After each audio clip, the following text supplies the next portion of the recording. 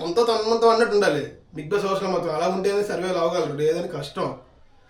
నిన్న దివ్య నిఖిత ఎంట్రీ అయ్యిందంటే, అమ్మాయి ఎంట్రీ అయ్యిందంటే మనం ఇక్కడ ఊహించుకోవచ్చు ఖచ్చితంగా ఇద్దరు అమ్మాయిలు అవుట్ అయిపోతున్నారని.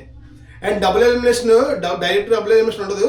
ఒకరు సీక్రెట్ రూమ్లోకి వెళ్తారు, ఒకరేమో డైరెక్ట్ ఇంటికి వెళ్ళిపోతారు. ఈ సీక్రెట్ రూమ్లోకి వెళ్ళేది ఎవరు, ఇంటికి వెళ్ళిపోయేది ఎవరు, మనం చూద్దాము వీకెండ్లో. నేను అనుకుంటుంది నా అనలైజేషన్ ప్రకారం రీతు చౌదరిని సీక్రెట్ రూమ్లో పెడతారు. ఎందుకంటే రీతు చౌదరిని కాపాడటం కోసం నిన్న గేమ్ పెట్టారు మన ఎపిసోడ్లో. అదే మన రీతు చౌదరి వీళ్ళు ఆడారు కదా, రీతు, ఆశా ఫ్లోరా అండ్ శ్రీజ ఆడారు కదా. ఆ గేమ్ ఖచ్చితంగా రీతు గెలవాల్సిందే.